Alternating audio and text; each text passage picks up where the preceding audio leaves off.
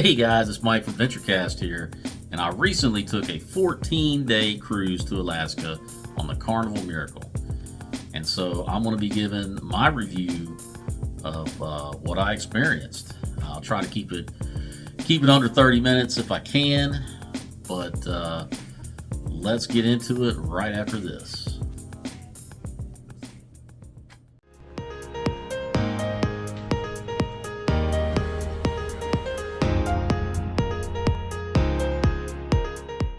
Well, all right. The first thing we're going to talk about is Embarkation. And the cruise originated from the port of Long Beach, California.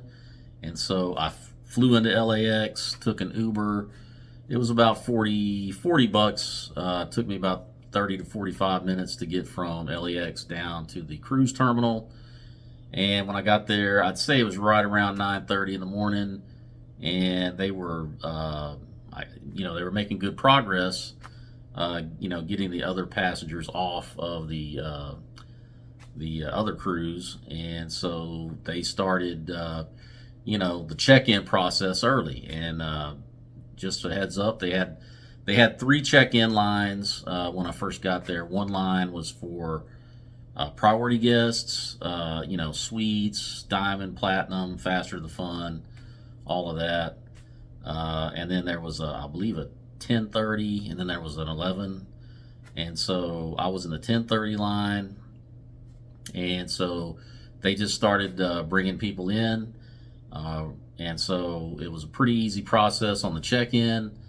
They checked the documents, you went through security.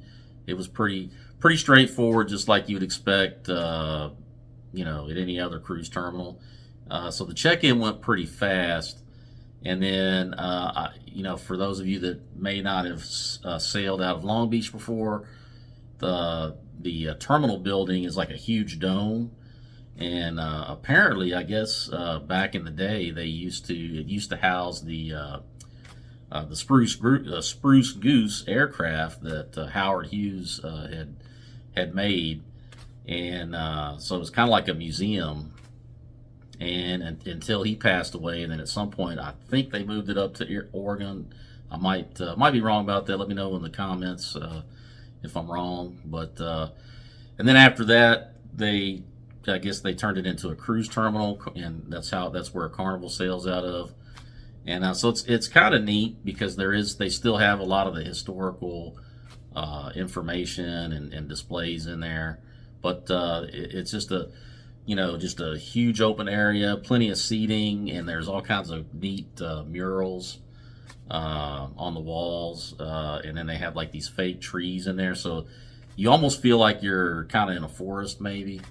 But yeah, plenty of seating, and I think I might have sat in the waiting area there for, I want to say 30 minutes, maybe a little bit longer.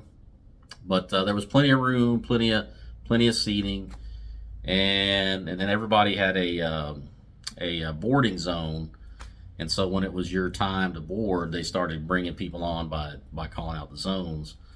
But all in all, I don't have any complaints. I felt like it was a pretty easy boarding process, and it was my first time coming out of Long Beach, so I can't really say anything negative. The only thing I would say is there is kind of a very long ramp up to get to the gangway, and if you're somebody that has some mobility issues, challenges, going up steep grade like that, I don't know, you might want to talk to somebody. I don't know if they had an elevator there, but if they do, you definitely would want to try to avoid that. But that's just something that I noticed, and that's about all I can say about that.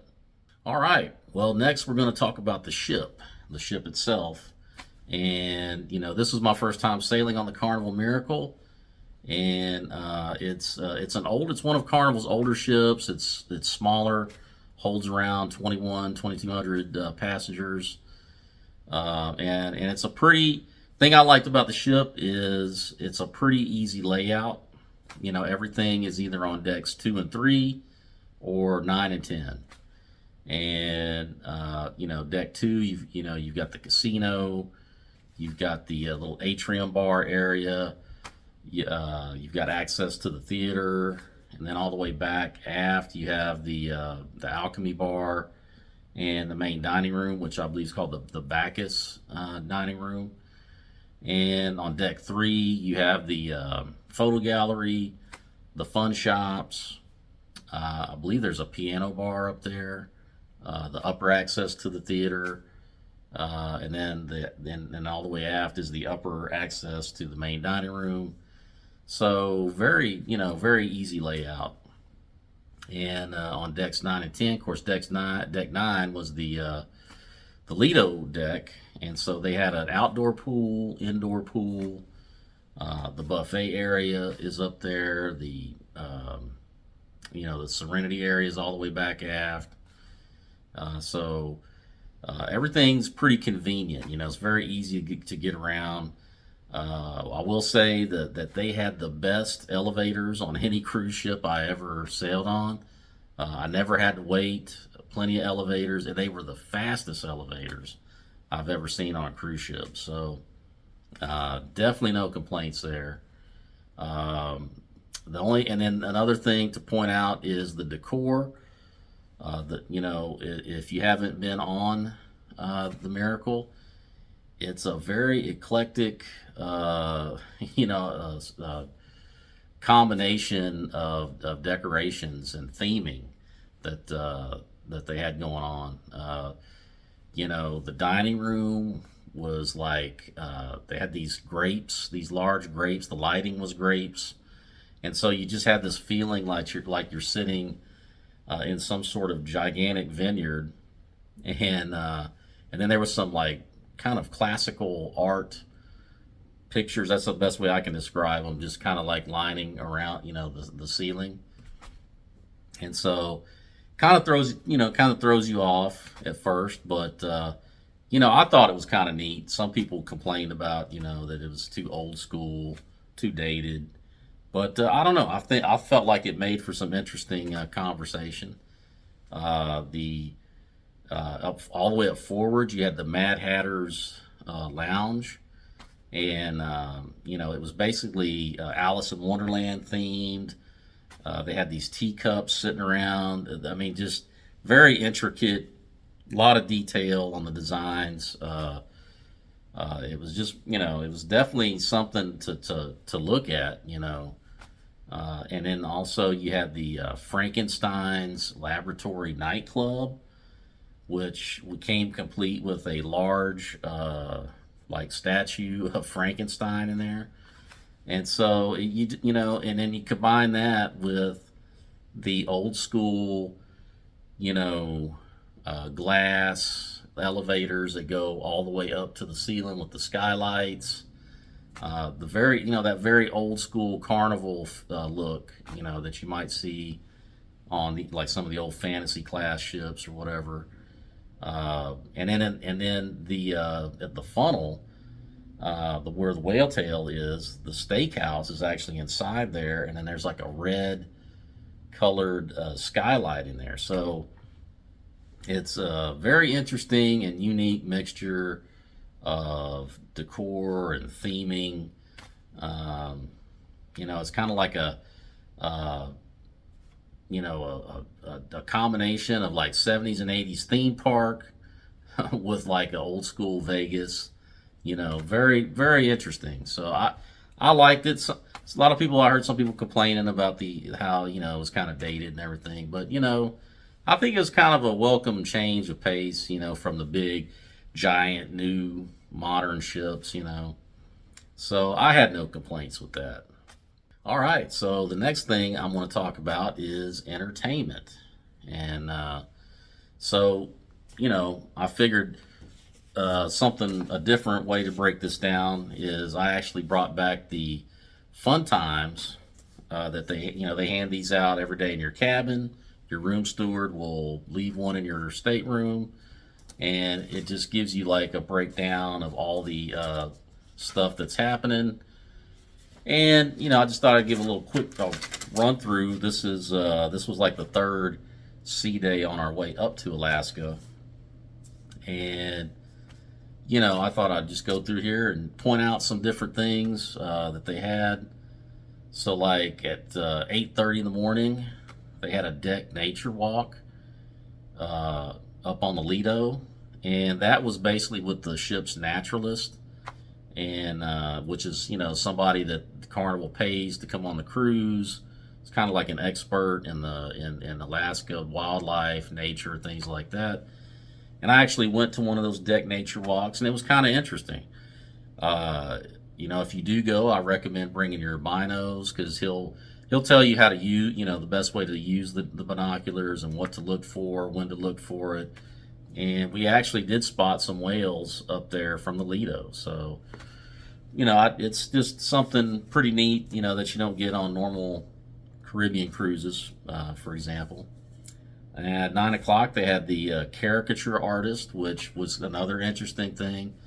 They actually paid an artist to come on board. And every day, I think it was almost every sea day, you could sign up, and they would do one of those caricature, you know, sketches of you. It was kind of like a funny portrait. And it was free of charge. So that's something that they paid for. You didn't have to pay for anything. They had dance classes in the atrium area, and so they actually paid an older couple to come on board. And so, like every sea day, they would be doing they'd be giving lessons on a different dance, you know. So that was kind of interesting. Military appreciation gathering, 9:30 in the theater. That's something that I went to. If you're a veteran, if you're a family member of a veteran, or if you got friends that are veterans, you know, you don't necessarily, it's not really required to be a veteran or actually be a family member. You can just come and support. But it's pretty interesting, because they give recognition to all the different branches. They play the themes from each branch, and so it's a pretty good thing, I think. You know, a tribute to the veterans. And I mean, they have of course trivia, and then they had another lecture by the naturalist on it was called Whales Alive, but it basically gave the history of whales, or whaling and whales in the Alaska area. I mean, he would break it down and tell you the different types of whales you could expect to see, and you know, what they eat and their kind of migration habits. And then he talked all about the whaling industry. So it's, you know, pretty informative lecture. And then, of course, in the evening, after dinner, they had different comedy shows. Like they had in the Punchliner Comedy Club, they had a couple of different, you know, comedy shows. One was PG, and then one was kind of R, 18 plus. And then they in the ship's theater, they had the Viva Variety Show with was kind of like a musical medley show, where this one artist, she just ran through and did all kinds of different songs. And so pretty neat. But I mean, that's just kind of a sampling of some of the things. It's certainly not all inclusive. I mean, you always have your karaoke. They had bingo, and so plenty of things. And then another thing that they did, because this was a 14-day Journeys cruise, and so one of the days they did like a throwback day. So you get one of these Carnival Capers printouts, and so like you know, they turned the clocks back to 1987. So they had activities that would be similar to what you would find on a sea day in 1987. So, for example, in the theater, they had the Great Alaskan Race. This isn't your regular old school horse race. Place your bets and cheer for your favorite Alaskan animals as they race towards the finish line. And then they did aqua frog racing. Will your lucky frog be crowned the fastest frog this side of the Lido? All aqua frogs previously owned or newly purchased in the cherry on top are eligible to enter. And then they had the formal captain's cocktail party. So join the captain and senior officers in an unforgettable celebration of cruising's classic and time-honored tradition of formal nights. Enjoy a selection of complimentary cocktails, mingle with your fellow guests, and enjoy the music. So, it was kind of a neat thing. That's the first time I had seen that. So that, like I said, I just want to give you a sampling of real stuff that you can find. Also, what I would say is, if you're someone that likes live music, they had plenty of live music performances pretty much every day, every evening. If it was a sea day, they would have it during the day too. Sometimes it would be, a singer with a guitar. Sometimes it would be a three-piece band. So all in all, I felt like, they had something for everybody. Whether it was comedy, whether it was shows in the theater, whether it was live performances, bingo, karaoke.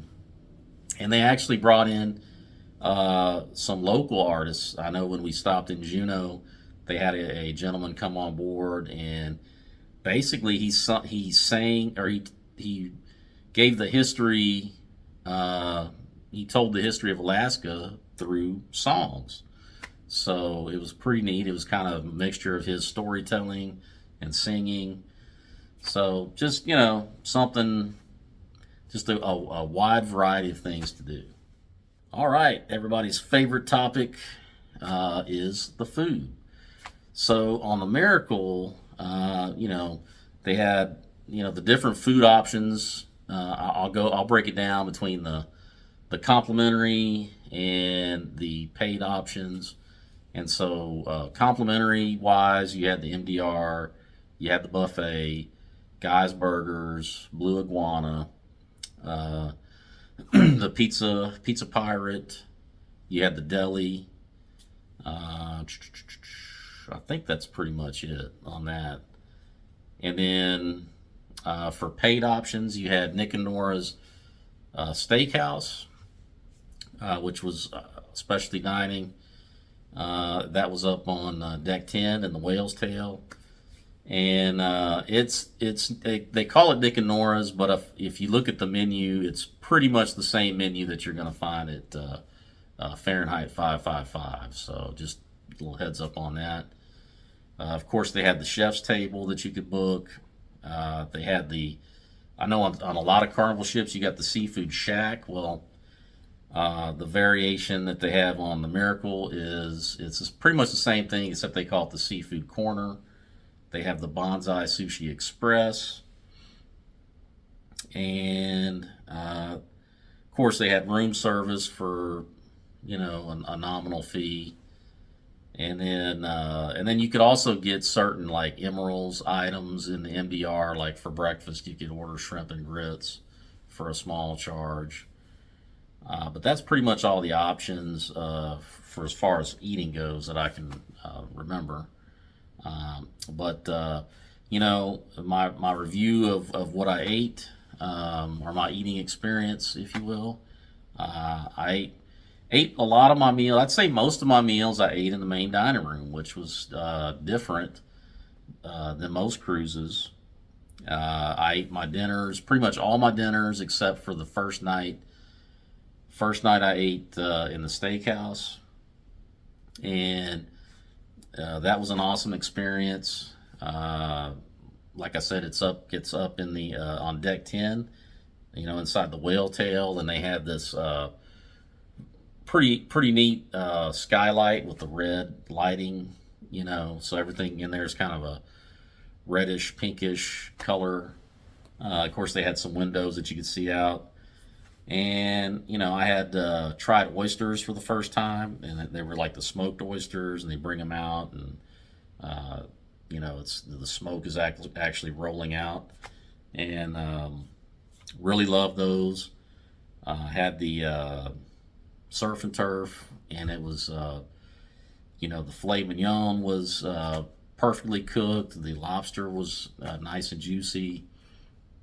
So very, very good experience at Nick and Nora's. I highly recommend it If you're on the Miracle, check that out.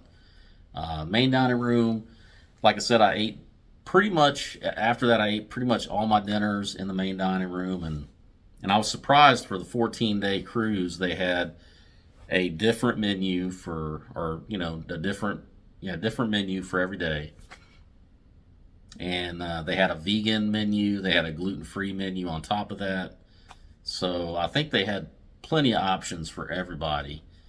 And then every night, if you couldn't find, if you couldn't find anything in the menu for the night, they always had flat iron steak and chicken breast. So, my experience with it, the service was always really good, really fast. The food was always, taste wise was pretty good. There was a couple nights where I got some things that I, wasn't really thrilled with, but all in all, I have to say it was a good experience. I felt like they had plenty of options. My only complaint, sometimes the portions were kind of on the small side, but I think that's kind of a small complaint. It's actually probably a good thing that they keep the portion small in reality. Especially when I come back and get on the scale. So, but no, I can't really think of any complaints with the main dining room. The buffet, I ate there a couple times for breakfast, and I wasn't too thrilled with it. I went up there for breakfast, and I got up there right as they opened. I figured, well, that's probably the best time to go. The food will be hot, and you go through the line, get whatever it is you're getting, and I get to the table, and it's cold already, and it's like, wow, I would at least expect, as soon as they open, that would be the best chance to get some a warm breakfast, but no. So I was kind of disappointed there. Blue Iguana was great. No complaints from the Blue Iguana. Guy's Burger was good. The only thing I would say about Guy's Burger, for whatever reason, I don't know, the patties were real small. But I think it might have had something to do with the staff that they had working there. Maybe they were new, I don't know, but you pretty much had to double up on the patties, The Pizza Pirate was really slow.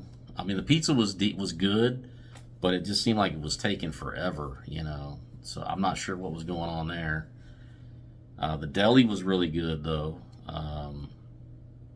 So yeah, all in all, I have to say I'm pretty happy with the food choices, the food options on there. I wasn't sure how it was going to go, being that it was a 14-day cruise. I wasn't sure if I was going to get burned out on things, but I'd say I was pretty pleased with it. Well, all right, that brings us to the casino, and I felt like the casino was just the right size for that ship. It was, one big open area, and they did the thing where it was like half. This, one side was smoking and one side was non. So sometimes if you were in the non-smoking area, the smoke would kind of waft over a little bit, but it wasn't that. I didn't feel like it was that bad. But plenty of slot machines. It seems like that there was a good selection. They had table games for people that would want to get into that. I'm not really a table game player, but two things that I noticed that was kind of new, at least for me, was they had the sports book machines, and as long as the casino was open, you could use those machines and place bets on the different sports events. And then the other thing that they had was the little kiosk where you could cash out your player bank. So like when you're playing in the casino on Carnival, you know, instead of them printing out a ticket, they just put the money on your sign and sale card. And in the past, normally you'd have to go to the cash cage in the casino and then they would cash you out. But now they've got these kiosks and you just, you know, put your card in and you can cash your player bank out, which I think is pretty cool. And the casino doesn't have to be open. You know, like if it's a port day and you're pulling in and you're like, man, I need some cash, and then you remember, oh, I've got cash on my on my player bank. Well, you can go there, cash out your player bank, and then take that cash, you know, out in town. So pretty neat, and I felt like it was a, you know, pretty good deal. All right, then that brings us to the last chapter, and that is Debarkation. And on the Carnival Miracle, they were utilizing the Hub app for Debarkation, and that's something that I had experienced on the Jubilee. And so they'll have a Debarkation briefing, if you will, the morning before you pull in. And I highly recommend everybody to go check that out, because they give you all the information about what's going to be happening the next morning on Debarkation, and they tell you how to utilize the app and all of that. And so, and basically you'll go in the day before into your app, and you go in the planner, and it'll have a little thing there to schedule your Debarkation, and you'll click on that, and it'll ask you how you're going to do it. Are you going to have them take your luggage off, or are you going to do self-assist, which is where you carry your luggage off? So I was doing self-assist, and so which was easy. And then once I clicked on that, they just gave me a bunch of times, and you click on the time that you want to debark. And so I think the earliest one they had for me was 8:30. So that's what I selected. If you're going to do the thing where they carry your luggage off, then you'll select that, and then your room steward will either they'll bring you your luggage tags, and then you'll just set your luggage outside your stateroom. I think it was between 8 and 10 or something like that, 7 and 10. And you just put those luggage tags on there, set them out, and then they'll carry your luggage off for you. And so the next morning, I got up real early. I got up about 5:30. Got dressed, made sure I had everything packed. Went and had breakfast. Came back to the room, grabbed my luggage, and then I went down to deck 2 because they'll tell you that they'll give you certain decks that you can wait on when you're waiting to debark. And I think they actually debarked from deck 3, so you had to stay away from deck 3. But pretty much any of the other decks, you could hang out and wait. So I went to deck 2, and then you just sit there, and when it's your time to, when you're cleared to come down or to debark, you'll get a notification on the Hub app, and it'll say, hey, you're free to come down to the gangway. And you just grab your bag and head on out. And so really easy. I really like that system. It seems to cut down on the chaos and confusion. And so yeah, and then I had chartered the shuttle that Carnival provides, the transfer from the terminal over to LAX, which I booked that through the shore excursion desk.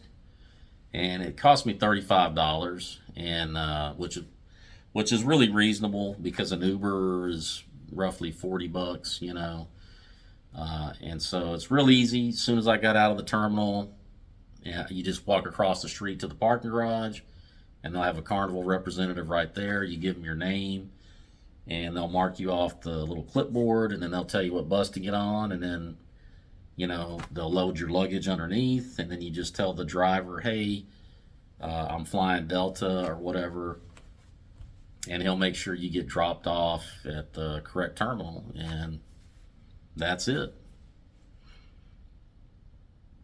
Well, all right, guys, I hope you found this information useful. I try to include all the high points and not make it too lengthy. Now I am going to have a part 2 to this if you're interested in you know, the journeys cruise portion of this whole thing, where I'd actually talk about all the different ports we hit in Alaska, and some information about the different ports, and you know, and talk about the journeys cruise experience. And so I'll have that out hopefully not too long after this one. But as always, if there's something that I didn't cover, or if you've got a question about something, leave that in the comments. I'll get back to you as soon as I can. You know, and you know, as always, if you like this video, if you like this content, please consider hitting the thumbs up on the way out. And if you're new to the channel, please consider subscribing. It really helps the channel grow and push the message out to the masses. And I appreciate anybody that watches, likes, subscribe, shares. And that's it, folks. That's a wrap for this one. Hope you're having a great day. Hope you're enjoying whatever it is you're doing. And I will see you on the next video. Take care, everybody.